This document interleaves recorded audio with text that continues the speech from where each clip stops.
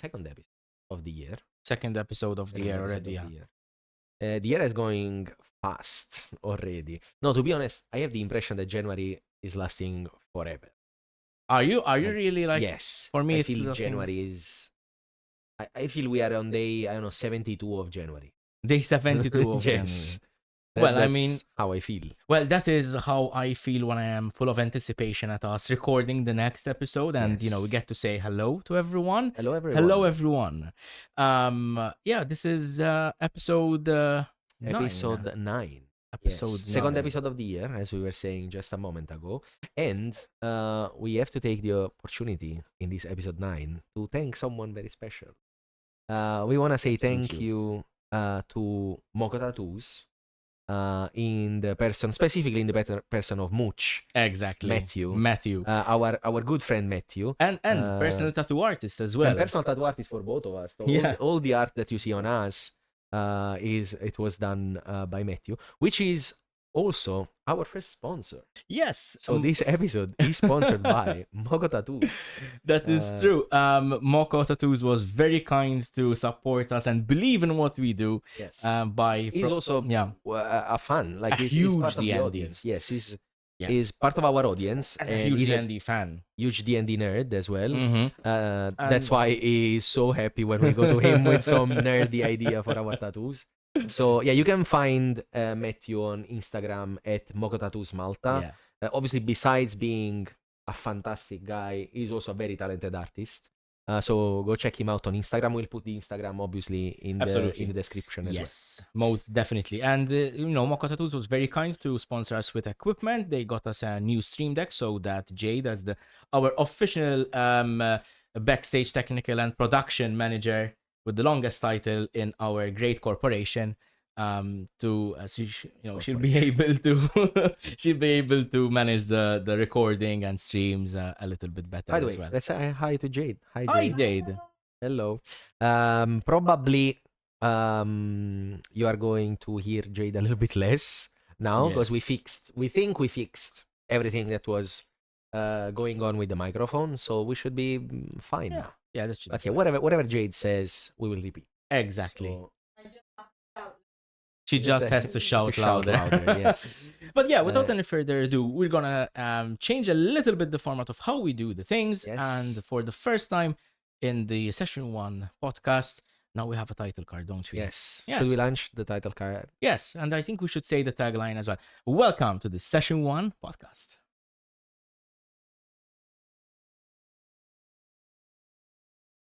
It's a good start. So hello everyone again, and we hope we're back. We are back, just in case you didn't see us in the background behind that awesome logo. Yes. No, I mean, I think it's good to point out that over this year, 2026, I know that we've hinted at it in the past as well. There's going to be quite a lot of things coming, and a lot of changes, and a lot of projects and news. And honestly, we thank you so much for the support that you've shown us by following this podcast and by supporting us on Instagram and Facebook and TikTok and Patreon as well. And thank you so much to our crew members and colleagues like Rachel, who takes care of our social media presence and, helps us out in everything, and Federico and Mikael and everyone else who's part of the podcast. Everyone else included that we are is going to rename unnamed for now. Exactly. For the time being. So thank you for your support. Please remember to like this video, share it with your friends, share it with your family, with your nana, with everybody. Yeah, Nana especially. We were very good with grandmas sometimes. Yeah, grandmas love us. Yeah. So, without any further ado, let's get into the actual subject matter today. What are we going to talk about? So, we're going to talk about two things today. The first one is, let's call it like the status quo of Dungeons & Dragons, where Dungeons & Dragons is right now. Okay. And the second thing we're going to talk about today is the newly released, I think it released last week, beginning of last week, from the time of recording. So might be about 2 weeks. Yeah, 2 weeks prior from when you are going to see this. A new UA, Unearthed Arcana for 2026. Of the Mystic subclasses. The Mystic subclasses. Now, I've had some time to actually look at it, and we'll be discussing it a little bit better. Yeah, we're going to go a little bit more in detail. We have opinions on it. About that. I've actually been very serious about it and wrote notes. I have notes on the UA. That's the first time I did it since we started the podcast. Well, you see, this is one of the changes that is coming in 2026. Is that we're gonna take things more seriously. So tell us about the first part. So the first part is that for the first time, D&D Beyond released a Q1 partnered content release schedule. So until now, all the partner content, which is like third-party stuff that is coming to D&D Beyond, it was just released at random. So to clarify, the third-party content, are we referring to anyone's, or are there like a number of collaborators that work with D&D Beyond, or is it something that they keep on adding? It's something that they keep on adding. Okay. Obviously, they don't add just anyone.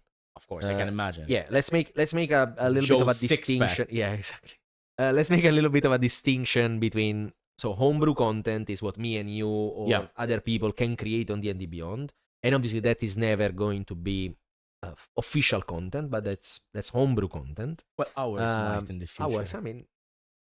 But let's say for the time being, is like what anyone can create on D&D Beyond. Yeah. Then there is the third-party content, which is what stuff like the Dungeon Dudes or Grim Hollow, the Critical Role as well, which is still official stuff that is approved by Wizard of the Coast, so it can be used in any D&D game as long as the Dungeon Master allows the use of these content. Yeah. And that's what we're going to talk about today. And then there is the first-party content, which is what actual Wizard of the Coast puts out. Publish like really like own IP published by stuff Wizards of the Coast. So basically now they what did they do with the third party content? What happened? So until last year, until 2025, when the third party content was coming out, there was no announcement, just release. Yeah. Maybe you will have like a post maybe on the Instagram page of D&D Beyond, and on the main page of D&D Beyond there was like maybe a banner showing whatever the product that they released. Now we have an official Q1 partner content release schedule, which includes a number of stuff that had already been published. Like for example, the Pugilist class, which was already on the DM's Guild. It was a very, very famous homebrew class on DM's Guild, which has been ported to 2024 D&D. So it has been updated to 2024. And Exploring Eberron 2024, which is also a book that released a while ago by the original creator of Eberron. Yeah. And I've heard, I've not read it myself, but I've heard there is the best content for Eberron that is out there. Better than the official published 5th edition stuff. And now has been ported on D&D Beyond as well. Apart from that, there is going to be Faster Purple Worm from apparently a very famous comedy series, which is called Faster Purple Worm Kill, which is a D&D actual play. Eliana's Guide to Monster Hunting, and the Griffon's Saddlebag Book 1. Griffon's Saddlebag is also pretty famous. He's a D&D creator that does mostly magic items. Really good ones. Actually, I've been using some of the content that they publish. And they have published, I think, until now they published 3 books. Book 2 was already on D&D Beyond, and now they are releasing Book 1. I don't know why they did it the other way around, but I think because Book 1 was probably like older. Yeah, I think they wanted to go, the way Star Wars went, like 4, 5, 6, 1, 2, 3. Exactly. Yeah, just to and that's it. That's where they stopped. That is where Star Wars stopped. But anyway, I won't be militant about it. I'm not. No, I mean, I'm not. I mean, I like Star Wars, but I'm not like a huge fan of Star Wars, so I don't mind. I can make up for both of us. So this, I think it's pretty interesting that they uploaded a roadmap of Q1 for the third party. It's great. I mean, if you want to plan like stuff, okay, I'm interested in this. I will skip this. I want to buy this other one. You have time to save and decide what you want to buy already in advance. Yeah. So there is a little bit of clarity. That is interesting in that way. Audience. I think it also kind of presents a bit more of an interesting approach to how they are tackling content. Like we were talking a little bit before we started the podcast, and it's quite interesting. You brought up a very good point. Like what is happening with the first party content now? Yeah, that's an interesting thing to talk about because we don't know anything yet. Yeah. Which is strange because usually by this time of the year we would have an idea of what Wizard of the Coast was going to release for the rest of the year, and now we are completely clueless. We don't know. Like we've seen some UA content both in the end of 2025 and now in the beginning of 2026. So we have a general idea. Like there is the Mystic class that they have been working on, and now there are the Mystic subclasses. No, as in like the Mystic like subclass, the Mystic class, the class by itself. Which I mean, possibly is all going to be included in the same book, in the same one would assume perhaps publishing, because obviously they're called Mystic subclasses. There are the horror subclasses that were released a while ago. Which have not come out yet, with the Hexblade and the Necromancer Wizard. So those are things that are on the horizon, but we don't know when it's coming. So that's the D&D, thing. tell us something. First, would love to have more information about this, especially about first-party content. Not that third-party content is interesting, like Grim Hollow, like the stuff that Grim Hollow has published, like the transformations and like those are incredibly interesting. Like we have recently dabbled a little bit into the Grim Hollow content, and it's amazing. It's really good. It's really good. And even as a very strict and purist DM that I am, I also would allow that sort of content because it's just so good. I saw that you enjoyed it. Yeah, I did. But the thing is this, because there is always that both mechanical and narrative side. Exactly. So, and that's very important to me. The narrative side is extremely important to my gameplay. But it makes me wonder, is D&D, like Wizards of the Coast in general, now banking more on third-party content creators to create this sort of thing and kind of like taking a bit of a backseat? Or is it going to go the way... Okay, sorry, let me rephrase the question. Is it going to be DM's Guild Premium? Because DM's Guild, for those of you who don't know, like anyone can go and publish anything on DM's Guild, and and then obviously the stuff sort itself out by itself, like kind of like the people who has much more audience and sells more, then they become platinum seller, golden seller. So there's like the market itself regulates stuff like through user reviews and that sort of thing, and the sell. But like if D&D Beyond is Wizards of the Coast, are they moving onto a more of kind of what Steam is to gaming? You know what I mean? I mean, to be honest, in the past, and we are talking now in ancient past, like we're talking 2020 stuff. Okay. When there was, all the big scandal of the OGL and blah, blah, blah. Yeah. D&D had said back then that they wanted to become sort of like a hub for people, like a market for people to buy also third-party stuff. I don't think they're gonna go completely that way. I don't think so either, to be quite honest. At the end, they are going to want to release stuff. Yeah. But what I think might happen, though, is something that they started already, which is publishing something in both digital and physical form, like they did, for example, with the Forgotten Realms the books. Yeah. And then together with those, there were 3 expansion books, which is Astarion Books of Anger, the Netherill's Fall, and another one which is like a Fabe world. I think it's from Magic the Gathering. The Lorwyn one. Yes, correct. So those 3, those are digital only release. And as far as we know, there is not going to be any printed copy of those. So what I think they're gonna move towards is more and more digital content, because obviously for them is much easier to handle. It's much more accessible for people. It is, to be fair. Like I was about to say, it's more accessible to people, and people tend to buy more digital because they get it instantly. With a book, you have to go and purchase it. That being said, having the collection of books over there looks great. But I'll be honest, when I'm playing the game, I'm never having one of those books by my side. I'm going to refer to digital sources because it's easier to look up information and that sort of thing. So, there is a lot of people also, and I agree with you. I to be honest, from 2014 and 2024, I think I have pretty much all the content that they released. Maybe there is a few books that I missed. And everything is digital. I only have Player's Handbook, Dungeon Master Guide, and Monster Manual of 2014. and just the Player's Handbook of 2024. Okay, all right. Physical. Okay. Everything else is just digital. It's on just D&D more Beyond. convenient. Like, you It's cannot deny incredibly it. That's the way it's going. But there is a lot of people that yeah. doesn't play digital. It's There's a lot true. of people that goes It's true. full, you know. It's true. But for those, analog. unfortunately, they would have to kind of change their stance on this. I think, how should I say? For third-party content, most of the time I do not have an issue with it as long as it is approved by Wizards of the Coast, because then if they review it and they make sure that it is balanced in and of itself, then I have no problem with it. You know what I mean?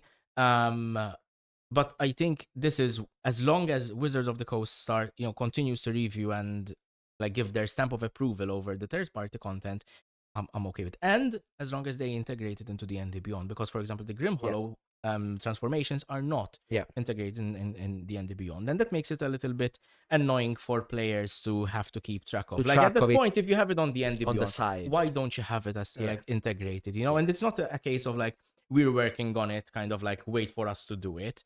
That's fine. Maybe you did not have enough time to do it before the publication, even though you're a business and you should. Exactly. But at least, I mean, afterwards, working on it. Yeah, exactly. Afterwards, they could have worked on that. But I think this is a topic for another episode. Absolutely. Entirely. But yeah, the only doubt that I have about that is that when we buy stuff online, we don't really buy. It's true. Yeah, we've had that. Because if tomorrow D&D Beyond shuts down, Yeah. I don't have any It's D&D true. book anymore. It's true. So that's the only debatable stuff. Like, should they try and print everything that they publish? So if people wants to have a physical copy so that they own the copy, they can still have it. Yes and no, in the sense that obviously it's much more expensive for D&D, for Dungeons and Dragons to print every book. Yeah. Maybe they could do, instead of doing a hardcover, they could do like a leaflet kind of thing, like a Dragon magazine. I think what we're gonna end up doing is, as soon as the first hint of like D&D Beyond shutting down, we're gonna download all the PDFs and print them. Exactly. Save them on cloud storage, because but I think that's what I think everyone would do eventually. Yeah. Because in the end, like, this is content that you have paid for. Yeah, absolutely. So you're not renting want to use it. You're not renting it. Yeah, exactly. Know? But anyway, I think that's an interesting topic to continue discussing in the future, and like the whole D&D Beyond thing and the digital versus physical. There's a whole episode there, to be honest. But we do have 4 new subclasses to look into this episode. Specifically talking about the new Unearthed Arcana, the Mystic subclasses, as they're calling. There's specifically one for the Monk, one for the Paladin, the Rogue, and the Warlock. Yes. And starting from, we both went through them and we have opinions on them, but I think we can both agree that out of the 4 of them, some of them are really nice and really good, both mechanically and narratively, and some of them are a little bit like, Yeah, I would say 2 and 2. I would say 2 are pretty okay. Yeah, they need maybe a little bit of fine tuning. And 2 are like. To be honest, I think I think one of them, and spoilers ahead, the Warlock. I think it needs to be like made interesting. To me, it's so boring. I'm sorry. I love Warlocks. The fact that they did look at what they did to my boy. Yes. Look at what they did to my boy. Yeah, so the 4 subclasses, like you said, the Monk is the Warrior of Mystic Arts. Yep. The Paladin is the Oath of the Spellguard. The Rogue is the Magic Stealer Rogue, which I love the concept. Yeah. But I don't think mechanically Magic Stealer really works for that rogue, because it doesn't really steal. Kind of. Yeah, it doesn't steal. I think it's more of a spell breaker than the Paladin was meant to be. But we'll talk about and then the Warlock is the Vestige Patron Warlock. We don't like much this Warlock. I don't know if you got the gist, but we don't love it. So starting from the let's start from the Monk. Let's go in order that they presented them to us. By the way, DUA is available on D&D Beyond. Yes, you can go and find it. We can also put a link to the. I'll take a note. We'll take a note. Yeah, and then we will forget. Of course. God knows where this paper is gonna end up by next Thursday.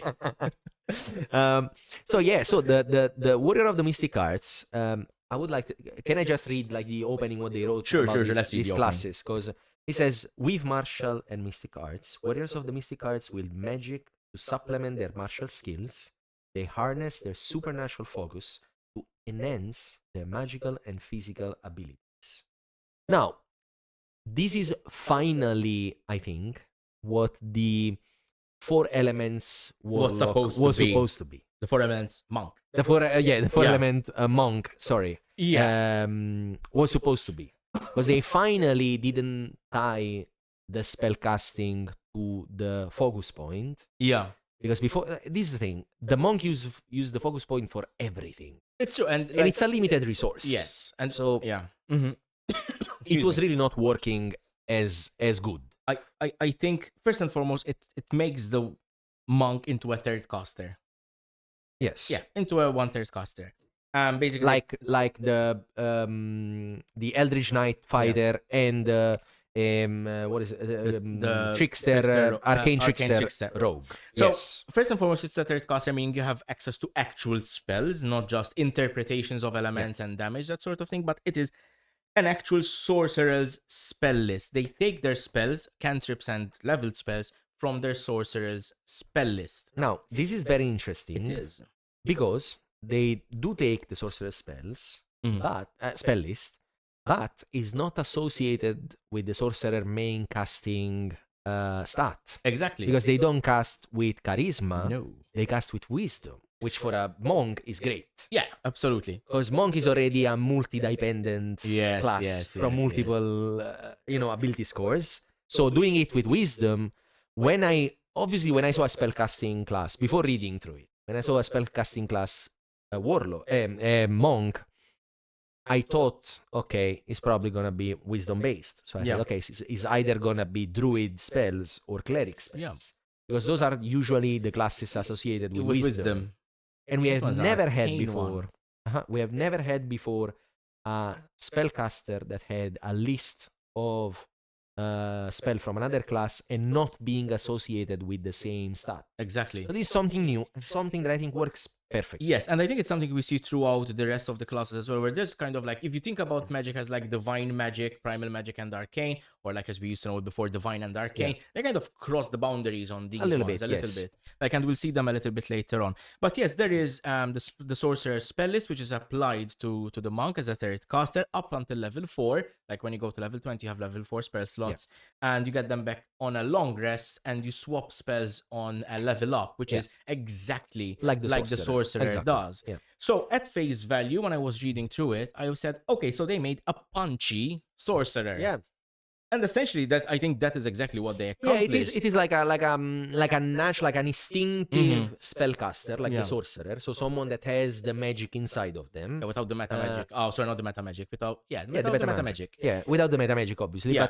But someone like that doesn't learn magic like a wizard or is given to them like a cleric or a warlock, but someone that instinctively uses magic. But in this case, is based on their, control of themselves and their zen and their power of their mind over their body. Mind Which I over think is matter. great because, let's be brutally honest. Okay, the sorcerer spell list is not the best spell list. It's a decent spell list. It's not bad. But if you apply it on a monk, like give shield to a monk, that's fucking great. Give jump to a monk. You're gonna make it the mobility of the monk, which is already great, is gonna be incredible. Yeah. Give silvery barbs to literally anyone, and that's really good. Everything. You can get sleep. You can get a bunch of quite useful spell, which is not gonna make the monk insane. I think it's a good opportunity to use those spells. Obviously, as a monk, you need to cross the gap and get to the front lines as soon as possible, because that is where you're good at. You're going to be punching, flurry of blows, and that sort of thing. Or maybe like stunning strike, if you have the focus points for it, and that sort of thing. So it lets you do something while you are crossing that gap, especially if combat starts while you are a little bit away from the front line. Like the marching order doesn't really matter that much anymore, because in the first turn where you're going to approach, you're going to be casting the spell in preparation for you to boom, go and punch stuff in the face. And I think it's an interesting take on how the monk is played. I think it's very interesting. On level 3, however, that is all we get, right? Exactly. So spellcasting is a big thing. Okay, because obviously spellcasting makes you much more powerful than any other guy that just goes there and punch someone. But at the same time, I would have loved to see the subclass being written a little bit more into these, mystical fighter, into these mystic arts monk. Like give it like even a ribbon feature. Like give me, I don't know, proficiency with Arcana. Just because I can understand the weave. Or, exactly. Even a ribbon feature at level 3. Also because the monk is already a class that needs a little bit of love. In 2024, the monk is a pretty solid but class. It's always one of the classes that tend to do the same thing. It's a martial. It's a martial. So in the end, as much love as you can give to the martial is always good, because the casters, they always get more options because they get spells. Yeah. So it's a fact. Like I love playing martial characters from time to time because I enjoy playing just a brute guy that can smash things. But at the same time, I know that it is never going to be as fun as playing a bard, playing a sorcerer, playing a warlock, playing a cleric, because playing a wizard, because using magic allows you to do stuff that physically you cannot really achieve. So I would love to see maybe a ribbon feature at level 3, giving it something else. Would have been interesting. What is interesting, however, is what comes at level 6. Level 6 is pretty good. There are two things that come at level 6. Yeah. First and foremost, there's the ability to... you know how the sorcerer has meta magic points into spell slots, and this is focus points into spell slots, which is useful. I think it's a feature that many not full casters have the ability to do, and like even bards have the ability to do that as well. With the bardic inspiration, yes. Yeah, but it's not really efficient, but like you could do it. Yeah. And also you can only have maximum 5 bardic inspiration. Yeah. So meanwhile, the mystic points, you get 1 point per... Sorry, the focus points, you get 1 point per level. Yes, which is obviously a lot more. So yeah, so like there's more you efficiency. Get... exactly. Like you get the sorcery points, basically. So yeah, it's almost a 1-to-1 swap as the sorcerer. Yeah, exactly. I think what they did was literally like take what the sorcerer does and put him in... melee close quarter combat, which is great. Which is great, I think. Obviously, I think it's pretty good. You don't have the meta magic and the stuff, but like obviously, like this makes up for it because the monk has other tools in the toolkit. Exactly. Which is, speaking of, at level 6, they also get the ability to attack with a cantrip, like to substitute one attack with a cantrip, which is, I mean, interesting. This is what they give. Basically, they give these now to all the spell swords. All the spell swords, they have the ability to change one attack for a cantrip. Yeah. They gave it to the what's it called? The Valor Bard. They gave it to the wizard. What's it called? The wizard with the Blade Singer. The Blade Singer, The Blade Singer has it. Now this one has it. In the past, the Swords Bard had it as well. The only one that doesn't really have it, that didn't have it, was the Hexblade Warlock. But because at that time, this ability was not in the game. Yeah. Was not in the game. But here's my question: so it's really good. It is. But at this point, how many attacks does Monk have at level 6? So at level 6, they have 2 regular attacks. So multi-attack, level 5. Plus, they can spend a focus point to flurry of blows. So they would have 4 attacks. They would have 2 attacks with the regular action and 2 attack with their bonus action, flurry of blows. So can you substitute all of them with... No, you can substitute one, and it's in your action. So when you use the attack action, because it says when you take the attack action, so it has to be one of those 2 attacks that you do with your attack action. So the multi-attack, basically. You can replace one attack with a casting of your sorcerer cantrip. Which sorcerer cantrips, they also include Booming Blade. Okay. So you could punch someone, stunning strike them, because you are at level 6, so you already have you're stunning strike. Stunning strike them.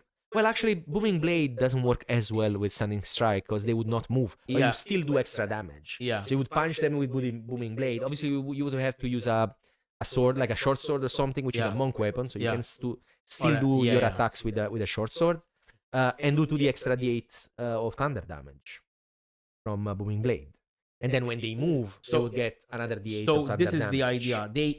like this is beneficial because they can still use their bonus action to use flurry of they can still use their bonus action to do flurry of blows. Is that why like normally if you just cast a spell you wouldn't be able to do that? So this is the thing. You're not casting a spell. You're attacking. You're attacking. Exactly, but if you cast a spell, you cannot attack. Exactly, that's the thing. So this is the it benefit. allows you to attack and cast a cantrip. This is the thing that I was struggling to kind of frame about this. Like, you are able to do all of that. Yeah. When just casting a spell, you would not be able to do that. Exactly. That is the benefit of this. Yes. And to be honest, like I had to read it like a couple of times. Like, okay, so why don't I just cast a spell? And that is the reason why, because then you cannot use your bonus action to continue and do the other things. You can use your bonus action, but you can't attack. So this is the thing. As a monk, or even as a bard, swords bard, or as a battle bard, as a blade singer, at level 6 you get multi-attack. Yes, that's so you can do 2 attacks. So you take but if you one cast of them spell, as a cantrip. Exactly. And the other attack you attack normally. It's a normal attack. Yeah, exactly. But if you just want to cast the cantrip, you just can't normally do the other attack. Yeah, exactly. That is my point. And also, I think some of the focus point spenders, I think they have a prerequisite that I think you need to attack the target or hit the target. I think, for example, that was a thing of 2014. Yeah, that was a thing of 2014. That was the last time I played a monk. Actually, Actually, yes. Was it Bearing? Bearing Tool. Was Bearing Tool? Okay, we have name drop. Bearing Tool.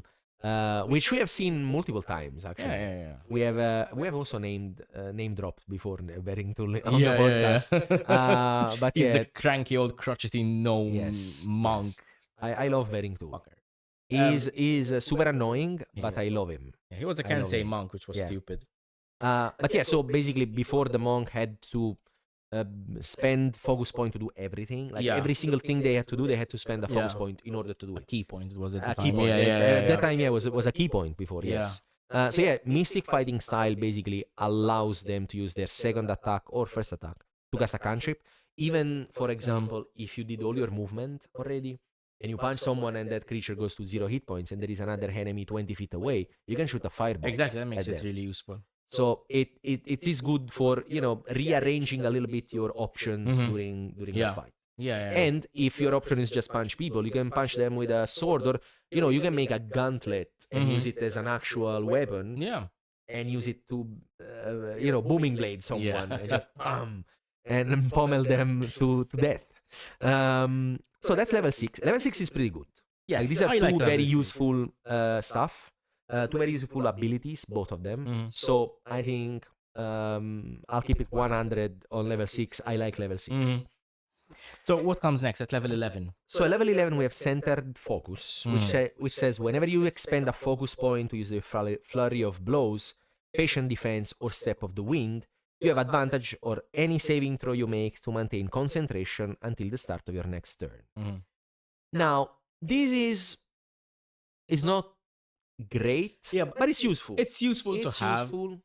I can see it being used because obviously as a frontliner you're going to probably be close to a lot of enemies, and obviously if there's action and economy against you, you're gonna have to roll concentration a lot of times if you have like a horde of enemies or something. So this is the thing, at level 11 you only have second level spells. Yeah, what second level spells can require concentration? Well, what that a sorcerer has. There is one that is really good for the monk. Which one? Hold Person. Well, Hold Person is very good. Because this is the thing, when you hold person someone, not only you have advantage to all the attacks against that creature because that creature is paralyzed, but also every hit is an auto crit. Exactly. So for a monk, that can pummel you and holding 4 times. Yeah. I can see this being very useful. But also it's one of those things where it's kind of a little bit situational as well. It's good to have in your toolkit. Yeah. But if it was a choice, I don't think it would be something that I would say, I'd definitely go for it. It depends a lot on what it is. It's just obviously a feature that you're just given at level 11. I think it's a decent. Not a waste. Yeah, it's not a waste. It's not. I would say it's not the best feature that they get. But I think at this point it's pretty useful because, for example, now I'm thinking of second level spells for the sorcerer, and for example, they could cast Web. Web is good, which is also concentration, is really good because it slows all your enemy, and with your punches you can push them back into the web. Yeah. So if someone is gonna try to break your concentration on the web, also the monk has a decent AC, but it's never like super high. Yeah. as decent. I mean, as a monk, you already want to have dexterity and wisdom very high. So probably your constitution is not going to be the best. Yeah. So your constitution saving throw is not going to be as solid as a sorcerer, for example, that has even proficiency in constitution. This is going to make up for it, I think. So this one is going to help you maintain that, Absolutely, concentration a bit more. I think that's good.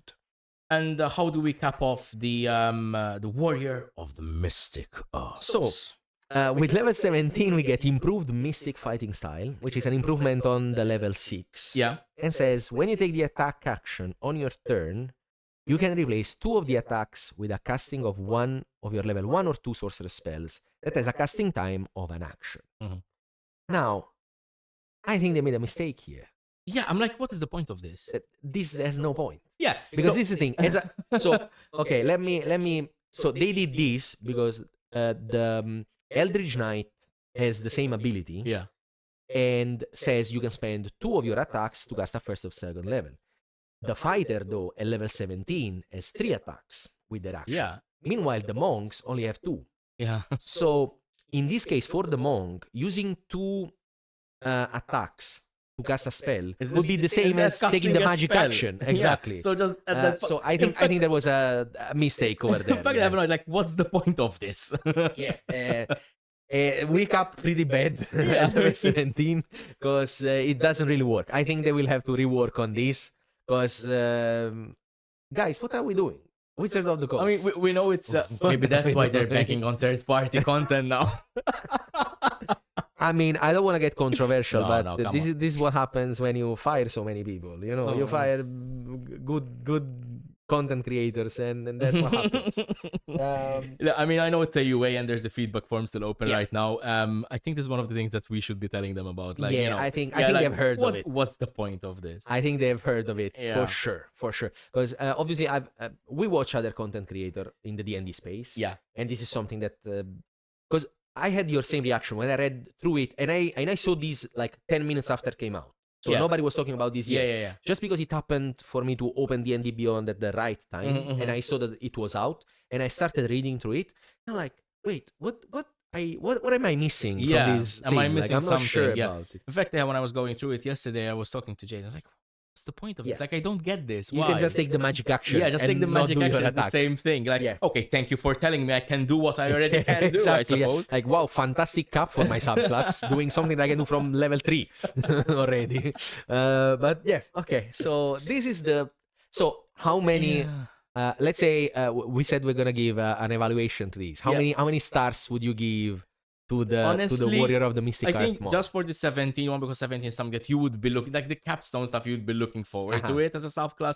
I would just give it 3 stars out of 5. Okay. I would say 3 on 5. I would have been a little bit more generous because obviously the level 17 they're gonna change it, so they're gonna fix level 17 as is. I would say I would give it 4 stars. Okay. Because giving spell slot, it's a big deal. Like it's a lot of good stuff in the spell slot, and I would say everything works in this monk. So I like it. I would say 4 stars. 4 stars. Okay. For the Mystic Arts monk, as long as they change the level 17 capstone. As long as they change it. That's bad. That's bad. So let's move on to something else. And the next in the list is the Paladin, the Oath of the Spellguard. Now, of the Spellguard. First and foremost, when I heard about the Spellguard, the first thing that came to mind is actually a Warcraft image. In Warcraft, there are a certain kind of elves called Spellbreakers. Okay. There used to be a thing in Warcraft 3 and the strategy game. They're not quite a thing in World of Warcraft anymore, but like, but there's the Spellbreakers. Their whole shtick was denying spell casting, which is amazing. Which is great. I like the idea of it. Is super cool. Exactly. So literally, what an exact counter to a mage would be. Exactly. So, which is great because you're not making another mage that is an anti-mage. Exactly. You're making a melee fighter like the Paladin. Exactly. And I love the concept of having like a mage slayer Paladin. Exactly. That's so good. And also like on D&D Beyond, they say this new subclass. Named for the Spellguard shield in the Dungeon Master Guide, because there is a magic item which is called the Spellguard shield, which is actually a very good item. I love it. It's a very rare shield which requires attunement. It gives you advantage on saving throws against spells and magical effects. And spell attack rolls also have disadvantage against you. So it's a pretty good shield, especially if you are facing a lot of casters. The subclass, though... Subclass, I think, leaves a little bit more to be desired. Yeah, not great. Not great. Here's the thing. There are some good things about it, and some things which are, again. I'm going to suggest, while we go through it, I'm going to suggest a couple of adjustments which I think can fix this. Let's start with the level 3 stuff. So level 3, they get 2 features. The first of them is an aura, which is typical to many paladins. And the second one is some sort of like a... I forgot what the name is called, but it's like a retaliation against spellcasting, and we'll go through it. So the aura itself is... Hold on. A level 3, because the aura usually comes at level 7. Okay. So level 3 is something like completely new that is specific to this paladin. Yeah. So it says that as a magic action, you can expend your channel divinity to make a bond with a willing creature, which has to be within 5 feet of yourself. Sorry, I didn't mean... this is what I meant. Sorry, I mixed stuff up. The thing that is within 5 feet of yourself, it can be good if you have another melee fighter with you, like if you have a barbarian, if you have a fighter, if you have a monk, if you have a ranger, a rogue, that could be good. Now, something that I want to... What it does... What does it do? So, okay, let's say what it does first. Yeah. So it says, lasts for 1 hour. For the duration, the creature within reach... and the creature is within the reach of you, you can spend your reaction to add your charisma modifier to the AC of the creature. It's a defensive utility ability, and I think it's good. And it gives the vibe of a kind of like a bodyguard kind of thing, which is good. It's fun. It's fun.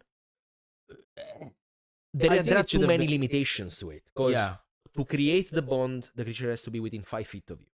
And to defend the creature, it also has to be within 5 feet of you, and you have to have your reaction available. Now, having players that cluster together makes them susceptible to AoE effects by the enemy, which obviously, as a DM, you're gonna take advantage of that. And if like, okay, so I'm going to tell you. So if this was a thing in your campaign, how would you counter it? I would just fuck them Fireball. up. Yeah, exactly. That's exactly what you would do, because the dex saving throw is not affected by AC, and there are very few AoE effects that are AC specific. Yeah, no, there are none. None of all them. The AoE effect, they all saving throws. So it has to be obviously something like where an enemy is attacking them and not you. Yeah. And at that point, if the DM knows, okay, maybe a little bit metagaming, but let's say the DM knows that the target's AC is higher than yours, you're obviously a higher threat because you're protecting someone else. You're gonna go for you anyway. Yeah. So like, there's a lot of caveats to this ability. So also something that doesn't sit well with me is that we didn't go through the description of the subclass, but basically Spellguard Paladin is like someone that protects against spellcasters. Yeah. But one of the tenets of the Paladin Oath is protect mages who use magic honorably. Yeah. Which is great. Like, you can make a whole, like in your world, you can make a whole bunch of paladins which are like the protector of the mages. Yeah. You know, like there is this high council of mages, then they have like, you know, these small elite. Yeah, kind of warriors. Like the Dragon Age vibes of like the knights and the mages. Like, they were like opposite, but they kind of like protected each other as well in a way. Exactly. So this thing, the Guardian Bond would never work with a spellcaster because the spellcaster would never be in melee within 5 feet of you. So you need to be away from the front line. As a paladin, it doesn't really make sense. Which doesn't really make sense. With heavy armor and shields and that sort of thing. Also, another thing, there is a fighting style specifically, which is the protection fighting style, which works exactly the same. Exactly. But you can use it every round, just spending your reaction to add. And in that case, would not be your charisma modifier, would be either imposing disadvantage to the attack, which is more or less plus or minus 5. Yeah. So is there. I'm not gonna say it. I'm just gonna do strike one. You know what I mean. Strike one. There is a very heavy sigh. No. From Jade. Jade is dying inside right now. I know. She hears this at school. Oh yeah, she does have a Nerf gun. So she just looked at me and she's like, I have a Nerf gun here. So these would not work with protecting mages. So you can protect your allies, not necessarily mages. Yeah. But again, it has to be an ally that has to be within 5 feet of you. Here's a question. Like, reach, is it like defaulting at 5 feet? So reach. Or if you have like a polearm. If you have a polearm, but still it's 10 feet. Yeah, 10 feet. It's not It's very not- much, but that's the thing. Like, how is this narratively working? How is this working narratively? Like, what, you put out your weapon in front of, like, Basically, yes. Basically, that's what the protection fighting style is. okay, You are using your shield to interpose your shield, and protecting your ally, yeah, which makes total sense. yeah, that I can understand. But then like, why would you use this? Yeah. If you can choose that. Exactly. That is already not one of the best fighting styles. Yes, it's true. And you can use it every round, no cap. Yeah, Just as long as you have your reaction, you can use it. Yeah. As long as you have your reaction and your friend is within 5 feet yeah. of you. And this is based on how many charges of Channel Divinity you have, Yeah, which which you only at have level 2. 3 is like 2. Exactly. So, You only have 2. You recharge 1 on a short rest and both on a long rest. Come on. No, but also what I'm saying is, this is a Channel Divinity. All the Channel Divinity is a magical thing. It's a Yeah. magical ability. Why doesn't it have to be within Yeah. your space? Yeah. So my adjustment for this is, okay, maybe do it within the aura of the Paladin. I think extending the reach You would know? be a good step forward to this, because it gives the Paladin the play style it deserves to be played as, rather than limiting one of the two things. Exactly. And to be fair, like, okay, you're adding the charisma. I would say 30 feet. I would say 30 feet. Yeah, let's say at this point you're adding a +4. Maybe. How? I mean, at level 3, would you probably... get a +5? No, definitely. It's impossible to have a +5 Yeah, level exactly. 3. So like, you might +4 have maybe. +4 if you made it your first ability, but as a Paladin, you don't want to. Exactly. It's probably going to be But your let's say- second or third. Maybe you have a +3. Let's say a let's say a +3 +3, and like a +3 to the AC is useful, but in a world where shield exists. well, exactly. And if you're protecting like a mage, they probably already have a shield anyway. I would say so. This should stay a magic action. The use of Channel Divinity is okay. I would say Even probably better. at a range of 30 feet. I think that would be And even the reaction, you spend your reaction, but you can still do it at 30 feet. Like it's a magical barrier that you summon to your friend. So so if I am a sorcerer, a wizard, whatever, and something shoots at me, I can cast my shield, and then I have the Paladin protection that exactly comes up, exactly, and yeah. at least you make it useful. Because Yeah. like this is the defensive fighting style. Mhm. 10 times worse because I have to spend a Channel Divinity that I can spend to Exactly. do something else. Exactly. So not good. So what else do we get at level 3? Well, we get the spells. The Yeah. list of spells Yeah, is but- pretty decent. Yeah, It's pretty I saw decent. it. Like there was shield in Yeah. it. And There is magic detect missile, magic. I think. Detect magic is good because Yeah. you can cast it as a ritual. Yes. So very useful. Shield. Put shield on a paladin, I'm always gonna be happy. Yeah. To be honest, put shield on Or anything, anyone. I'm gonna be happy. But on a paladin, you are already probably have a level 3. You have at least an 18 AC. With let's say armor and shield, you have 18 plus the shield spell. You're good to go. You have a 23 AC. You're set. See invisibility, very situational. But this is the thing, you have it prepared. This is one of those spells that if you have it prepared, maybe sometimes you will use it. Yeah. And If you don't have it prepared, you'll never use and it. for that one time, you're gonna find it useful. That's all. Yeah, exactly.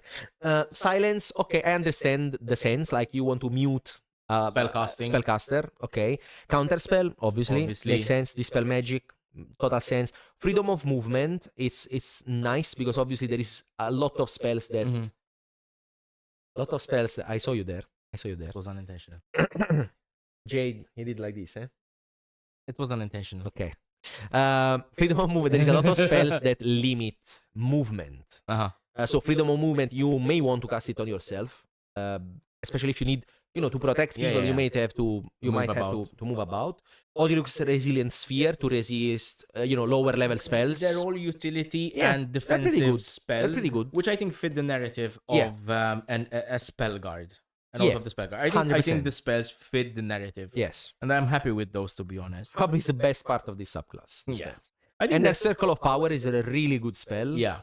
Because if you have someone that makes you roll for frightened or charmed, Circle of Power. I had one of my players, that fucking cleric. I had an entire encounter with a creature that can frighten you a lot. So you have to make a lot of wisdom saving throws.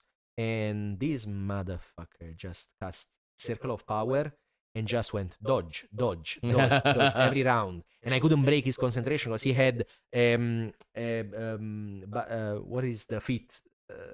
The Battle Wizard or what? Yes, the The War Mage. not War Mage. What is it called? Jesus Christ! I should know this by heart. Yes. Anyway, he has the feat that gives you advantage to resist Constitution saving throws. Put it in the comments, people. Put the name of the feat in the comments. And he had a super high Constitution saving throw. Yeah. So he was a dwarf. That's even So better. he was party motherfucker.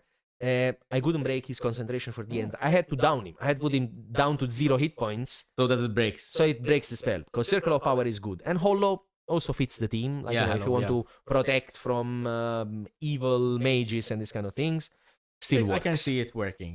But they have an ability. They have a feature at level 3. Spellguarding Strike. Exactly, Spellguarding Strike. So when you see a creature within your reach casting a spell with verbal, somatic, or material components, basically so many caveats in order to use this thing. You have to see it. It has to be within reach, and it has to cast a spell with verbal, somatic, or material components. Now, I'm gonna add something. You also have to still have your reaction, because these also use a reaction. So you are only at level 3, you already have 2 things that works on a reaction, plus shield, that you just added as a spell. A little bit overreacting. So you can take a reaction to make a melee attack with a weapon or an arm strike against that creature. Now, this is cool. Yeah. Not great. No. Because 2024 has a lot of spell-like abilities which are not really a spell. So let's say I am a mage instead of being a wizard. Okay, let's say I am an NPC right now. Obviously, it does not have levels of wizard. It's just the mage NPC stat block. Yeah. I don't have lightning bolt.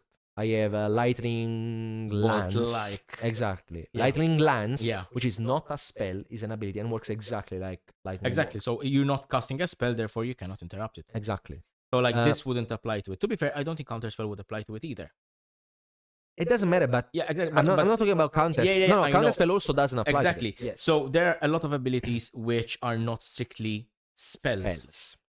It's a lot of like spell-like abilities, which are not really spells. So you're not going to use this a bunch. Also, a lot of spellcasters, like creatures that have spellcasting ability, it says in their spellcasting is specified that they cast it without verbal or somatic or material components. Exactly. So when is this poor guy gonna use his level 3 ability? Never ever. It has to be one of those events. Like you have a whole character arc about this player just using this ability. It's like the stars have aligned. Yeah. It's one of those things. Like, it's stupid. I'm sorry. It's stupid. I don't like. I'm gonna cross it off my list. I don't like it. No, this is the thing. I like the idea of saying, okay, I'm this mage slayer. When someone casts a spell, Also, I don't really do anything to them casting the spell. I don't interrupt the spell. Yeah. I don't give them, disadvantage to the attack roll. I don't give them disadvantage on concentration if it's a concentration check. I don't do anything. You know what I think? Damage. You know what I think it would have been interesting to have here? Maybe not at level 3, maybe a little bit higher up. But if you could use your channel divinity as a reaction to counterspell something. I mean, I think there is something at later level. I think the Spellbreaking Blade at level 15 does something like that. Ish. It's a when you use your Spellguard Strike, which is this one, which you are never going to use, you can cast Counterspell as part of the same reaction. But it comes at level 15. And which is very late. It's very late for something like that. I mean, most campaigns, they don't get to level 15. No. They stop around level 10, maybe 12. Exactly. So I understand it's a obviously as a paladin you don't have counterspell until later level because obviously you don't get the full spell casting. But then you only have like 2 channel divinities and like just give them something useful, man. So this is the thing. Let's go to level 7 though because we skipped level 7 a little bit. So level 3, I think you should remove the caveat. There is just a spell. I don't like this subclass. Yeah, no. Overall is not great. You should remove the verbal, somatic, and material components. Just give them an attack and say maybe it gives disadvantage if the spell that they're casting has an attack roll. Yeah. Or it gives them disadvantage to concentration if they're casting a spell that has concentration. Yeah, some way to disrupt the spell casting. Exactly. Because otherwise, what I do? Outright counter spell, fair enough. You know. So at level 7 there is what in the Warcraft circle we call a concentration aura. Essentially. So, Aura of Concentration, which is called. Basically, a level 6 is a Paladin. You get a 10 feet aura that protects your ally, gives your charisma modifier to your allies bonus to saving throws. All Paladins do that. And all Paladins at level 7 get like a subclass aura, which is the same sides of your Paladin aura. This one specifically, it says that you and your allies have advantage on Constitution saving throw to maintain concentration while in the aura of protection. Now, we go back to the same issue as the first one. Your aura is only 10 feet. You're probably going to be melee, and your spellcasting friends are probably going to be 20, 30 feet behind you, because they want to be as far as possible from the action, as far as possible from the melee. So, okay, you're giving yourself this as well, so it's okay to I think the way I see this being most utilized is if there is a Warrior of the Mystic Arts monk at level 7, and they don't have the ability to maintain concentration at level 11 yet. But by level 11, for that, I think it's useless for them as well. You know, I can't see, I mean, honestly, like this Paladin, I think they dropped the ball on this so hard. Not as hard as the Warlock, but I think they dropped the ball on this quite a bit, because it could be so interesting. It could be so cool to play. It could be like, okay, so thanks to me, you won't be able to cast spells kind of thing. Like, I'm gonna be... This would have been so much better, in my opinion, if it was an Aura of Silence. A 10 feet aura. Yeah, but hold on. Aura of Silence, you gotta be careful, because then if one of... First of all, you cannot cast your own spells. Yeah, I know, but... Which means you cannot smite. Because smite is a spell. Yeah, okay, but you can make an exception, like... creatures like hostile to you in that area. Like, but then, there are caveats. Hold on. Like, maybe then it's too oh, come powerful. On. It's like a 10 feet. 10 feet is a lot when you're in melee. 10 feet, I don't think. I mean, if you have multiple spellcasters, they're not going to be within 10 feet of each other. I mean, we can playtest this if you want. Yeah, let's do this. We do an Aura of Silence around... I play a Paladin, and you give me an Aura of Silence of 10 feet. Against a coven of cultists. Yes, I'm gonna fuck them up. No, but I mean, yes. But that's because you're a Paladin. I think that this is a good concept. I think the execution is poor. It's underdeveloped. They have to work on this, definitely. Level 15, again, we talked about, potentially very good. I like the idea of I'm gonna smite you so hard that I'm gonna counter spell your spell. That's great. I just think the Spellguard Strike is not going off enough times for this actually be cool. You know? And also, you are level 15 now. If you are like a wizard is casting word-bending spells. He's casting teleport. Yeah. He's teleporting, he's casting planar shift. Yeah. You know, also, you're a guy with a sword. And when you cast counter spell in this, what was it? Was it without expanding a spell slot? No. Immediately after you hit a creature with your Spellguard Strike. So we need to hit. So yeah, all the caveat from the Spellguard Strike already applies. Yeah. So apart from that, when you hit, you cast counterspell as part of the same reaction. Do you expand the spell slot? Yes. I would say yes. Which means you're already also like limiting even more the amount of resources that you have at your disposal for stuff like this. Okay. Now I know it does have another part which says when you cast counterspell with a spell slot. Yes. That slot isn't expanded if the spell fails to stop the spell. So basically, if you don't interrupt the spell, you don't spend your spell slot. Yes. So at least that makes it a little bit better, because it makes it lower risk, higher reward kind of thing. Kind of. But again, sorry, I called the water. It's fine. Hydrate yourself.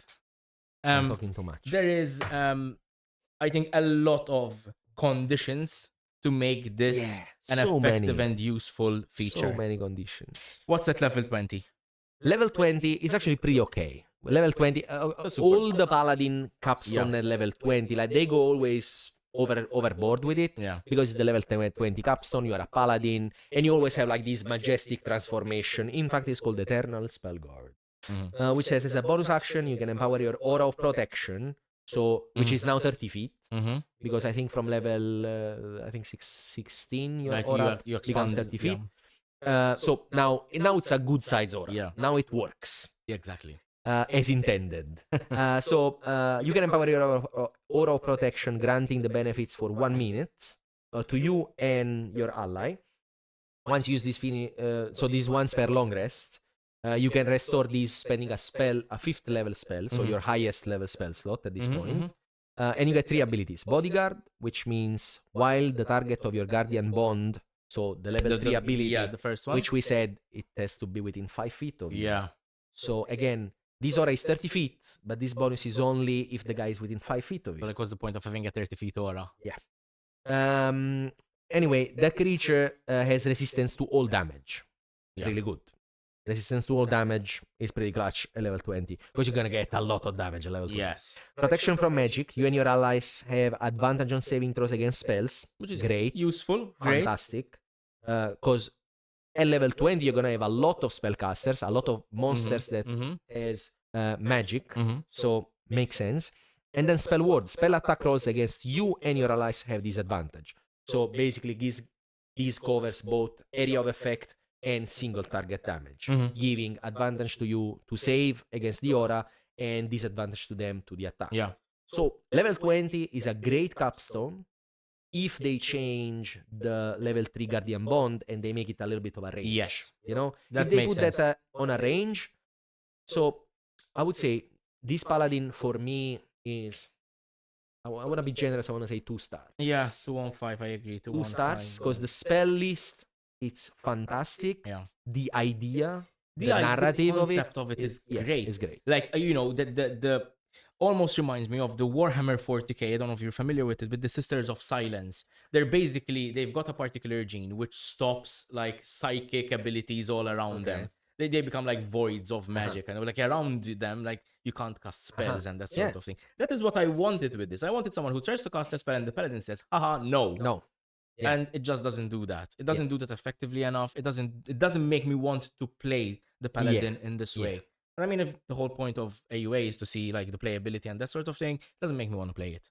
Which is great in the sense that we're please still give us more. Yeah, we're still in the play testing phase. Exactly, So that's fine. But like if this was a published thing, like definitely not. No, Like it would have been really bad. Garbage. We have If it was already published, it was garbage.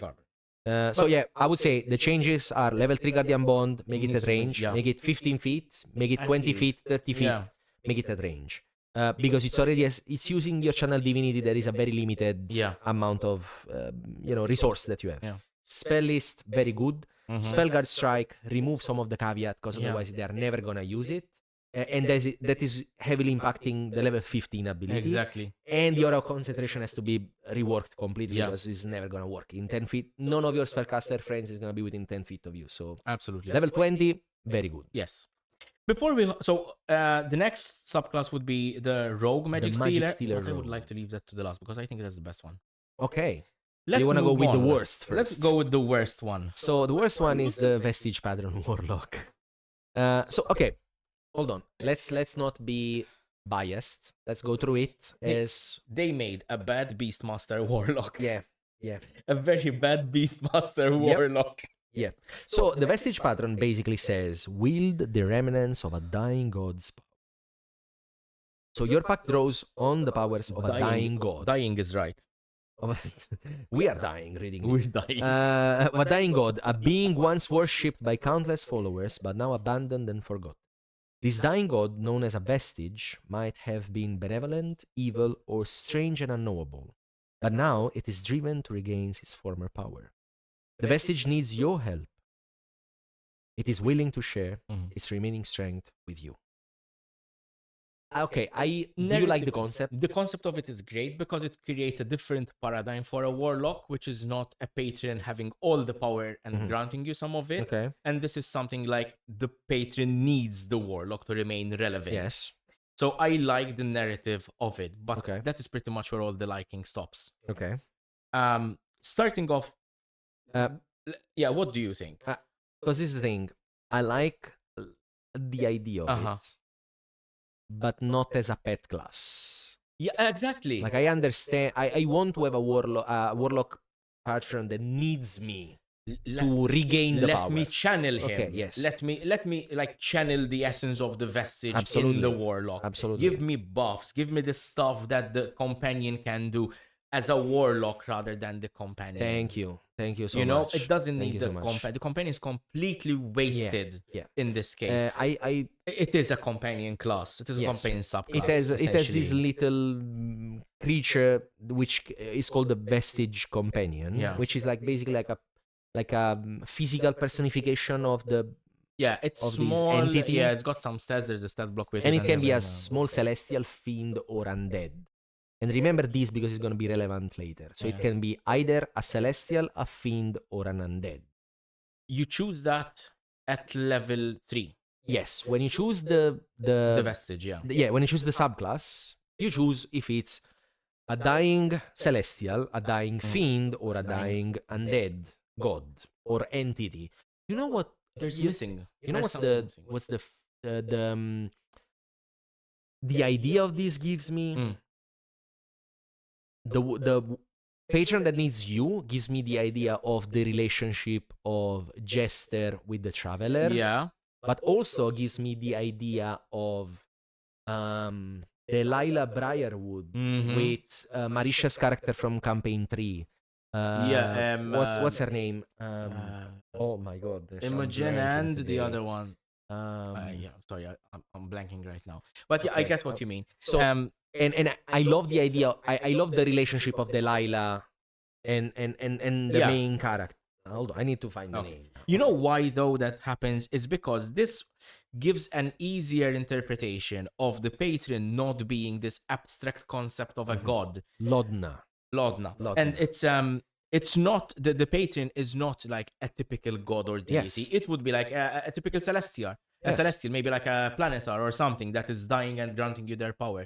It has something which is a little bit more tangible, and lends itself to the narrative a little bit more. What is interesting to me is there is no mention of a potential Fey patron. Yeah, I don't understand why it is not a Fey. Why would you not include that? Why would you include undead, fiend? Fiend I understand, and celestial I understand because of the warlock patrons, but there's no Fey. Why there is no aberration? Why is no aberration? Like it the great old it one could be is like a similar. Maybe because it would go a little bit. That I think that's covered from the great old one. Because it could be like a dying star. So this is the thing. There is one of the mentioned great old one patrons is Adar, which is a dying star. Yeah, but like so that's just one interpretation of it. Yeah. I mean, that is the approved, published interpretation. Yeah, but the fiend anyway. Sorry, the Fae. I don't see why there is no Fae. So you get the Vestige companion at level 3, and this is used in the same way that any other companion is used, in the sense of you need to basically it has a certain amount of actions that it does on its own, which is basically defend you and that sort of thing, unless you choose to use, I believe, a bonus action to give it a command. Is that the case? So it says in combat the Vestige act during your turn. Yeah. It can move and use its reaction on its own, but the only action it takes is the dodge action, unless you take the bonus action to command it to take one of the actions in the stat block. Yeah. Which is an attack, decent attack. Can be 1d6 plus 3 plus your charisma. So it's gonna increase a little bit. Yeah, but it's not gonna be great. Probably it's gonna increase. With levels, it's gonna gain more powers. It gives you a useful bonus action to do. It gives you a couple of bonus action depending on which one you choose. Yeah. There is one for the undead, one for the fiend, one for the celestial. The celestial is probably the better one because it's a heal. It's a heal. The fiendish swap can be good because it gives you a teleport at 60 feet. But you swap places with your companion. Yeah. The undead vestige places a curse on a creature you can see within 30 feet. While cursed, the target has disadvantage on attack rolls against you and the vestige. It's a small debuff. It's not bad, but it's also not great. Yeah. I mean, it's okay. It's not at a level 3. It's not bad. At a level 3, it's not bad. But you also get the vestige spells. Now, this is interesting because this goes back to the thing where I was saying earlier, where there's the divine and the arcane, and they cross. Yeah. Because the vestige spells are based on a cleric spell list. Yeah. So we have a divine spell list wielded by an arcane class. Yeah. And that isn't, I mean, obviously it makes sense because the cleric would channel divinity, channel like a deity kind of thing. Yeah. And they've got like their own. You can think of cleric as like the divine warlocks, kind of like having a patron of some sort. Not in the mechanical sense, but in the narrative sense. Yeah. And it's like the one worshipping something, a higher being. Yeah. Now, in this case, as a warlock, instead of worshipping, you're making a pact. But we have seen something like that before. We have seen the Divine Soul Sorcerer. Yeah, but which used to get... I mean, it was slightly different in the sense that the Divine Soul Sorcerer was getting cleric spells mixed up into their spell list. Yeah. Meanwhile, the Vestige spells is literally like you can choose a domain, like a cleric domain, and you get the spell list of that domain. The domains are life, light, trickery, and war. There are a couple of domains which are really, really good. Yes.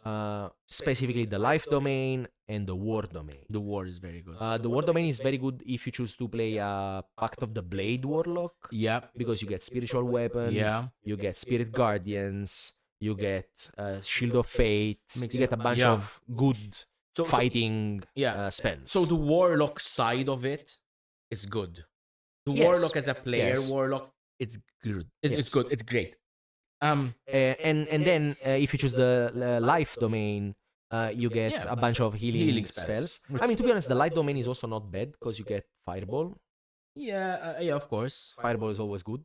Trickery, not great. Yeah, but then again, trickery has never been one of my favorite classes. But also keep in mind that I'm talking specifically the spell list. Oh yeah, the spell list is not an incredible spell list. You know, is you have Misty Step, you get freedom of movement. Yeah, but Misty Step, you still have it as a warlock. Yeah, but this you have always prepared.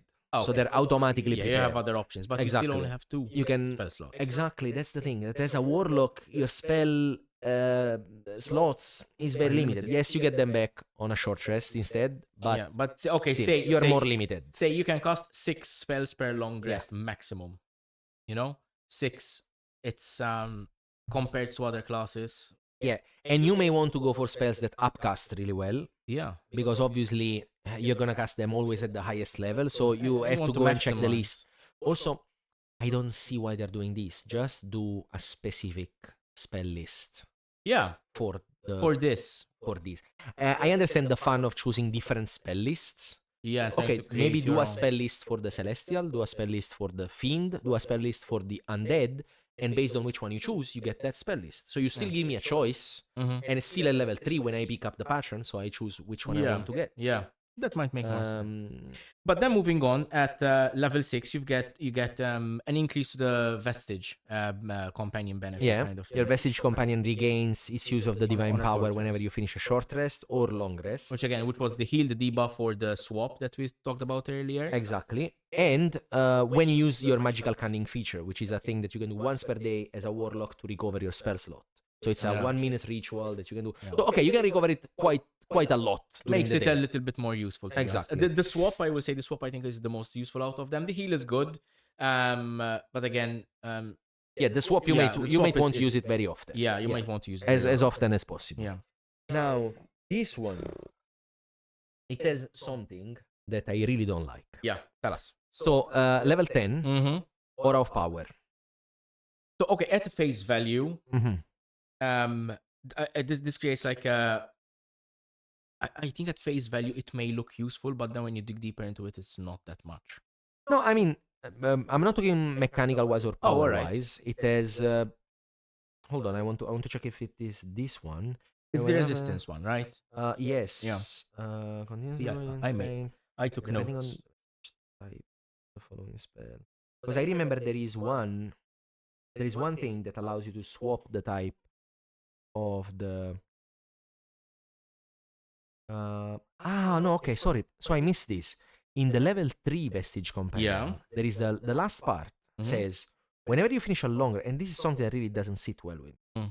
Whenever you finish a long rest, you can summon the Vestige in a new form, which appears in an occupied space within 5 feet of you. Okay. You choose its appearance and whether it's a Celestial, a Fiend, or Undead. It doesn't make sense. So you can change the entity of your Patron. It doesn't make sense. You can swap.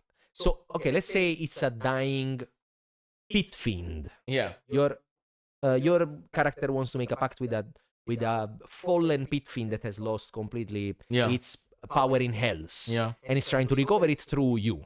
Okay. How do you turn it into a Celestial? It doesn't make sense. Narratively, doesn't make sense. Mechanically, it might make sense to make it more useful. But I understand you want to give the opportunity to swap like the Ranger, because the Ranger has the form of air, the form of land, and the form of water, and you want to swap it. But in this case, how do you swap the form of your Patron? It makes zero sense. This I don't like. But so at level 10. So sorry for that. I thought it was the level 10 thing that make you swap the thing around. So the Vestige, as an action, you can use the Vestige to manifest 30-foot area emanation, which which is emitted by the Vestige, not by you. Exactly. It's not your aura, it's the Vestige aura. So it lasts for a number of hours equal to your charisma, so good, 4 or 5 hours at this level for sure. So you and the Vestige and your allies within the aura get resistance to fire, necrotic, and radiant damage, immunity to charm, and frightened. And once you manifest it, you cannot do it until you finish a long rest. It's good. It's really good. It's really good. It's really good. I think the uses are not enough. I think it would be quite good for like if it had multiple uses per long rest. I think it would be better. Maybe at least per short rest or something. Make it a little bit more useful. I think. But I think once. I think it's a little bit too little at level 10. This is the thing. This is a lot though, because it gives but you it's resistance to 3 type of damage, immunity to frightened and charmed, which are the 2 most common conditions that you ever get. Yes. So this is really good. Also, it gives you when you drop to 0 hit points, you almost like sacrifice the Vestige, and you regain a number of hit points equal to your Warlock level plus your Charisma modifier. So 15 hit points, more or less. This is, in my opinion, the only good thing about this subclass that I like. This is the only thing about the subclass that I like, that you have a saving grace. Well, I mean, it's the only thing that I can find myself liking, honestly. It's okay. I think the first part is much stronger than this, because 15 hit points at the level 10, 15 hit points is not much. I know, but it's something that keeps you in the battle. And also removes your Vestige from the battle. Yeah, it does remove your Vestige. So there is a bit of sacrifice and there is a reward. That I like. So now this is the thing. This is the thing. Don't get me wrong. I like this level 10. I like all of it. It's really strong. It's really strong because immunity is immunity to that, but you also have to, and resistance to fire, most common damage, necrotic, second most common damage inflicted by all undead or aberrations. A lot of creatures does necrotic, a ton of creatures does fire. Radiant is a little bit more niche. There are few creatures that do radiant, but still fire and necrotic is huge. Frightened and charmed immunity is huge. The thing is, at level 10 your Vestige has an AC of 13 plus your charisma, so let's say 18. Decent, not huge, but pretty good. HP equal to 4 plus 4 times your Warlock level, so 44 hit points. Level 10 is not really a lot. Level 10 you start having people around 100 hit points. Absolutely. Wizards maybe around 60, 70 hit points. 44 hit points with 18 AC is not a lot. I know it's meant to be shared, kind of like, because obviously you have to take into account your Warlock yes pool, but what I'm saying is, as a Dungeon Master, if I see your tiny little thing that's what I'm going giving for. You all these bonuses, the first thing I'm going for is this motherfucker. Exactly. So your class ability is gone. Immediately. So why don't you just give me the power to do this? Give me this aura. Don't give me a pet that does this thing. Let me do this thing. Let me transform. I think if all the benefits that they gave to the companions were given to the Warlock, I think it would be much better. Let's finish this off, man. I can't take this subclass, Madonna. Level 14, Semblance of Life. Your Vestige companions continues to grow. Depending on the Vestige type, you can cast one of the following spells with the Vestige if the Vestige is within 90 feet of you. So the spells are Summon Celestial, Summon Fiend, or Summon Undead, which are pretty decent spells. Also, they're all, I think, 6th level, which as a Warlock you wouldn't have. Exactly. Because your Warlock spell slot arrive until level 5, and then you get the Mystical Secrets. When you cast this spell with this feature, the Vestige that you have summoned becomes the creature. A greater version of it. So basically, the Celestial, like your Vestige becomes either the Celestial, the Fiend, or the Undead. Now, these are also a little bit squishy. They're not, but still, they're extra bodies on the battlefield. It's not bad. It's not a bad thing to have. The thing is, when they die, does your Vestige disappears as well? Does your Vestige disappear, or it turns back into the Vestige and then still has its hit points? I would. It's not specified. It's not specified. What I would have to say that if they are brought to 0 hit points, the Vestige is also brought to 0 hit points, because it says that your Vestige becomes this creature. That's how Vestige becomes the summoned creature. So that's how I would have to interpret it. It also depends, because now even when with you wild become shape, like with wild shape, it's not the same anymore. But wild shape Yeah, that's what I'm saying. But you get the hit points of the creature as extra. Like when you cast Polymorph, for example. Yeah. If the creature that you polymorph into has 70 hit points, you get 70 temporary hit points on top of your hit points. I don't So see once the that. creature is gone, you still have your hit points. So I technically, if it that could works like be- polymorph, it could be a little I think bit they should better. put it black on white. Yeah. They should write it down and specify how this works better. How many stars would you give to this? One? Now, come on. No, I would give it one. One? I'm sorry, I really don't like it. I like the flavor of it. I think the powers are not bad. They just have to focus on the patron, not on the thing. I would give it, if they completely remove the Vestige companion and they give all the thing to the patron, I would say three and a half If stars. they do, yes, but they don't. So I'm not gonna. Well, I mean, we don't know. We don't know. This is just the first time they publish it in a UA. Maybe they will. Maybe they will. Now, since we are a little bit pressed on time, we still have to go through the Rogue Magic Stealer. We're gonna go through it relatively quickly, but we do invite you to go through the UA. Yes, please. It's really good. By the way, don't be scared by the wall of text you get by the Empowered Sneak, because it's a bit of a wall of text, but it's very easy. It's not. To be honest, I think this is a simple rogue, and it's done pretty well. I like the way it is done. It is a very interesting way. It's a very interesting take on the rogue, and I think it changes the paradigm of the rogue in the battlefield and the way that they play. In a sense that usually the rogue is always like, sneak attack, kind of like phase damage. This gives another role, a potential other role to the rogue, which is not strictly phase DPS damage.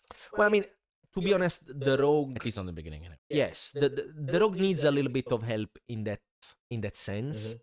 Because it does not have multi-attack, so it has only that one chance to deal damage, and if it doesn't, does nothing. So the DPR of the rogue is not huge. Also, the scalability of the DPR of the rogue is not huge, because sneak attack, it seems a lot of dice, but it's not a lot of damage. Exactly. Or at least not always a lot of damage. Like, if you roll very well, it can be a lot of damage, but it can also be very little. This gives a little bit more oomph to that damage, and gives a little bit of diversity to the rogue to do other things. So let's start with level 3. So level 3 empowered sneak attack says that after a creature you can see within 30 feet casts a spell of first level or higher, you can spend your reaction to absorb magical energy from the spell.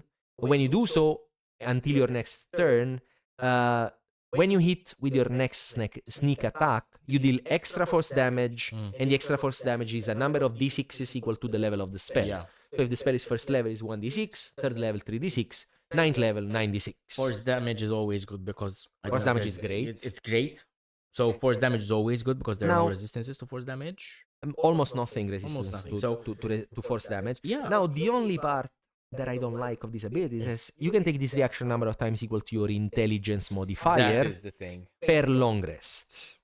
Now, intelligence is typically not the stat you would take as a rogue. Yeah, not your first, probably not your second. No. So you have to focus on intelligence specifically.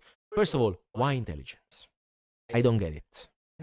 I mean, honestly, like I get where they're coming from, because like to interact with arcane stuff and magic stuff, you need a certain level of intellect in the game. Kind of, I get narratively, but mechanically, I don't. Like, this is not an arcane trickster. It's not a spellcaster. Exactly. So it doesn't need intelligence necessarily. Exactly.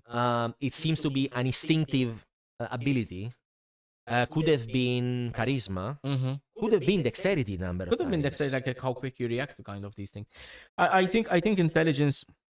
I think they're trying to put give the rogue a reason to use intelligence, but I don't think it's the right way. I mean, which they do, because implement obviously they have investigation. Yeah, but I don't think this is the right way to do it. Yeah, They do, however.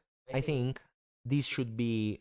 They should either do personally. I would give this to the rogue, like an X amount, like an infinite amount of time. Like, you can do this every round with your reaction. That would be fair. It does also synergize with ally spellcasters, because it says any spell. And okay, at later on in levels, no, but at this point it does synergize with spells. So if you have spellcasters like within your party and they're casting the spells, you can kind of like piggyback on them to deal extra damage. Or, so this is the thing, I would specify that you can use these against enemies.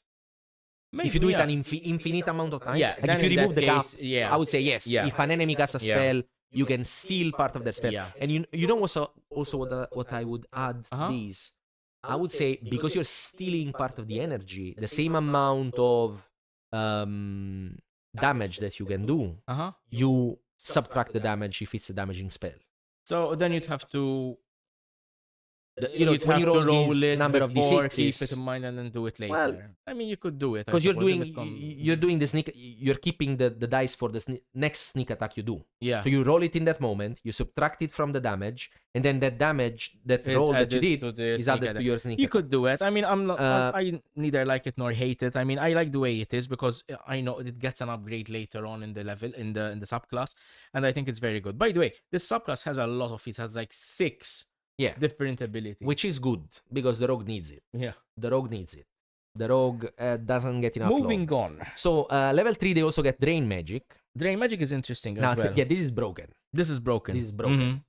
So drain magic. So the previous ability is intelligence modifier per long rest. Meanwhile, this one, drain magic, is once per short or long rest. I think maybe they could have done the empower sneak attack also a number of uses per short or long rest. At least you give it a little bit. Yeah. You can use it maybe 3-4 times per short rest. Yeah. In that sense. So drain magic is broken. It says you can drain power from ongoing spells to recharge your allies' magic. As a magic action, you can touch a willing creature and end one ongoing level 1 or 2 spell. The creature immediately recovers one expended spell slot of level 2 or lower, the target's choice. So obviously you want to go level 2. Duh. Yeah. Once you use this feature, you're going to use it until you finish a short or long rest. The way it is written, say you have, you're casting a spell to, say, I don't know, bless, maybe? What is that? Level 1? So you cast bless. Yep. Use drain magic. You stop the bless and you recover a level 2 spell slot. Yep. Like, how is that? Yeah. And you did what to my warlock? So, this is broken for a number of reasons. Because, yes, first of all, it doesn't say that the spell, it just says that the spell has to be ongoing. Yeah. So, I can cast Detect Magic as a ritual. Yeah, absolutely. Detect Magic lasts 10 minutes. Yeah. And I can recover a second level spell. Yeah. From a ritual. From so a I ritual spend spell. nothing and I recover a second or first level spell. Also, imagine, like you said, let's say my cleric casts Bless. We're in battle. My cleric casts Bless. Bless lasts for 10 rounds. A battle never, maybe a level 10 or 15 lasts 10 rounds. But otherwise, lasts 4 or 5 rounds, 6 rounds. So my cleric still have an ongoing spell. So he spent a first level spell slot. We used the spell for the entire battle. And at the end of the battle, I interrupt it and I let him recover either the same spell slot or if he needs a level 2 spell slot. That's broken. That's broken. No. So this should be, you recover the same level spell that was expended, not higher. Yeah. At the best lower. Because if I'm casting, I don't know, what's an ongoing spell? Dominate Person on you, which is a 5th level spell. And you are level 6, level 4, let's say. So you don't have 5th level spell slot. You recover a first or second level spell slot.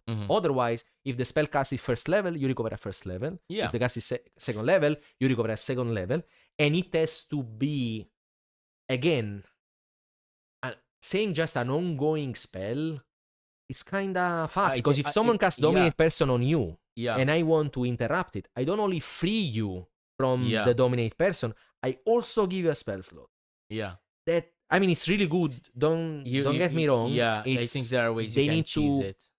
Yeah, there is so many ways to cheese it. Balance this out. They need to work around with this one a little bit and it is really good. It gives, I think the only benefit to this is for players not to hold on to those spell slot and cast those concentration spells, those ongoing concentration spells that usually they would be afraid to do because they fear of being interrupted and wasted. This gives you a little bit more assurance that, okay, if that is the case, like I can get it back and use it something. But as it is, it's absolutely. But in that case, as it is, if I was the rogue, my spellcaster would never run out of second or first level spells. Yeah, exactly. I would make them recover everything. But you can do it only once per short or long rest, which is significant still. it's still, it's a lot of stuff. I think something dropped over there. Well, something fell. We'll see what it is. No worries. So okay, let's go to level 9, because level 9 is the one that I like a little bit less. So it gives you 3 ability, which are part of your Cunning Strike. Yeah. So basically lets you sacrifice some damage from your sneak attack in order to do something different. Exactly. Now, Cunning Strike, it has already been introduced in 2024 Rogue. Yeah, there's some stuff that, there is quite a list of stuff that the Rogue can do. This gives you spell susceptibility, which at the cost of 2d6, you can give disadvantage to the next saving throw against a spell that is cast until the next turn, which is pretty okay. It's pretty good. It's good to give disadvantage, and your spellcasting friends are going to love you for that. Yeah. Disrupt spell, which says that the targets is disrupted until the start of your next turn. Whenever the target casts a spell during that time, it has to succeed an intelligence saving throw, or the spell dissipates with no effect, and the action, bonus action, or reaction is expended. Now, what's the intelligence saving throw that they have to save against? What's the intelligence saving throw? Is it your DC? Yeah, because it doesn't say that there is a DC anywhere. So how do you or is it like a concentration check but on intelligence? Like what's the intelligence saving throw? It's not specified. It's not specified anywhere. That is the level 9 still resistance feature. at the last one. Yeah. Choose one kind of damage. The damage resistance. The target has resistance to that kind of damage until the start of your next turn, and the target loses the resistance until the next turn. So basically, you steal the resistance from an enemy, and you give it to someone else. What's at level 13? We have 2 features at level 13, then the very powerful one at level 17. Yes. So at level 13... Very quickly. Let's do this. Okay. Level 13, you get the Occult Shroud, which is a ribbon feature. Completely. Yeah. I like the idea of it. Yeah, it's just... But you're just using it for flavor. Yeah. If in your background you are... I get the flavor of it, but, but fail to see constant use. Yeah. Let's say if in your background stories you are chased by an order of mages, this may be very useful. Basically, otherwise, what it does, it gives you the ability to cast non-detect. Yeah, non-detection spell once a day for free, and it lasts for 24 hours. So you can cast it every day on yourself. It's okay if someone is really looking for you. Yeah, but like if someone is using magic to get you. Situation. Otherwise, extremely situational. However, improved drain magic now. Rules as written, it can be very OP, as we said, because it basically it increases the level of spell you can return up to level 3. Level 3. And you can use it as a bonus action. Yeah, you can use it as a bonus action. Think of all the fireballs. You can cast after interrupting a concentration spell. But yeah, the whole point is that. So this is exactly like drain magic, but now it works not as an action, as a bonus action, and you can get level 3. It's broken. It makes you even more broken than double before. Broken. It's really good, but it needs to be toned down a little bit as well. And then at level 17, you get the Eldritch Implosion, which says that when you use the Empower Sneak attack, you can force the target to make a Constitution saving throw. And now it gives you the Constitution saving throw, which is 8 plus your Dexterity plus your Proficiency. On a failed save, the spell dissipates with no effect, and the target has the stunned condition until the start of its next turn. I don't think it's super powered. I think it's good. I think it's good, and it's powerful because of the stun condition, I think. Yeah. It can be very powerful. The stun condition is good. However, here's the thing. Now it turns that against an enemy now. Now you have to... this is for Empowered Strike, right? Yeah. So Empowered Sneak basically now has to be against an enemy. You can't piggyback off an ally's spell. Yes, that now a mandatory requirement for that is that it has to be an enemy, which I think it should be a mandatory requirement for the Empower Sneak attack. So it makes total sense, and it's good that actually disrupt the spell. Like this is the kind of thing that the Paladin should be doing. Yeah. You know? Exactly. No, that's exactly right. But I like this Magic Stealer. I don't think it's a Magic Stealer. No, I don't think it steals apart from the last thing, it doesn't really steal the magic. I think it's more of like a magic annoyance kind borrower. of thing. It's a magic borrower because it kind of takes some of the energy and does other things with it. Time. Yes. Magic loan shark. How many stars would you give to the give 4. Magic Stealer? 4 out of 5 because I really like it. There are some broken stuff in it that obviously is going to be changed because otherwise every rogue is going to be playing this. I think it's a 4 out of 5 as it is written because I really like it. I agree. I would give it four we stars. agree. We 4 agree on stars. this. Yes. We agree on This is good. Just needs to be tuned a little bit because it's a bit too powerful. No. So this was the last one of our subclasses. Thank you for sticking around. Yes. But yeah, overall, I think the UA, the Mystic subclasses is interesting. It has a lot of potential for 2 of them. For the 2 others, they definitely need to work on them and maybe rework them. Which is now a good time to It's a good time to do so, which is why they do UAs. But I think this is obviously our opinion, and we may be play testing them in the future and find that we're completely wrong about them. The whole That's point impossible. of this. We are always right. We never say anything wrong. Absolutely. So I stand by that. I say it with my whole chest. Yeah. He's never wrong about it. No, I think overall it's good. Guys, go check it out. Yeah. If you want to leave a review for these classes, please do. Because Wizard of the Coast clearly needs us to tell them what to do. And tell us what you told them, because we'd like to see whether we were right about this. Yes, tell us in the comment which one is your favorite one. If the Monk, Warrior of the Mystic Arts, the Paladin of the Spellguard, the Rogue Magic Stealer, or the other one. The other one, we won't mention it. We don't want to talk about that one. But thank you so much for sticking with us until the very end. Yeah. Remember to like, subscribe, send it to your friends. Thank you so much for all the patrons who support us as well. Thank you so much. And also thank you once again to Moko Tattoos for helping us provide equipment for this podcast and for supporting the Epic Geeks. Go check them out at Moko Tattoos Malta. Oh yeah, and don't forget to check TikTok, because we do have TikTok now. Yes, we do have TikTok since Rachel is taking care of it. Our social media person is right behind the camera, and she's like, TikTok. Like, yes, TikTok. Go on TikTok. We are on TikTok now. And thank you for reminding us, Rachel. By the way, everybody say hi to Rachel, because Rachel is here. Is the first time that she's here behind the camera next to Jade. So everybody say hi to Rachel. Exactly. But now they're giving us death stares because we're staying too long. So I mean, we're around the right mark. We're 140. 136. Okay, we are you see, we never do anything wrong. To be fair, we were supposed to keep this to 1 hour. No. 130. 130 is good. 130 is our standard. Thank you so much for watching. We'll catch you next time. As always, keep being geeks. Maybe be an epic geek.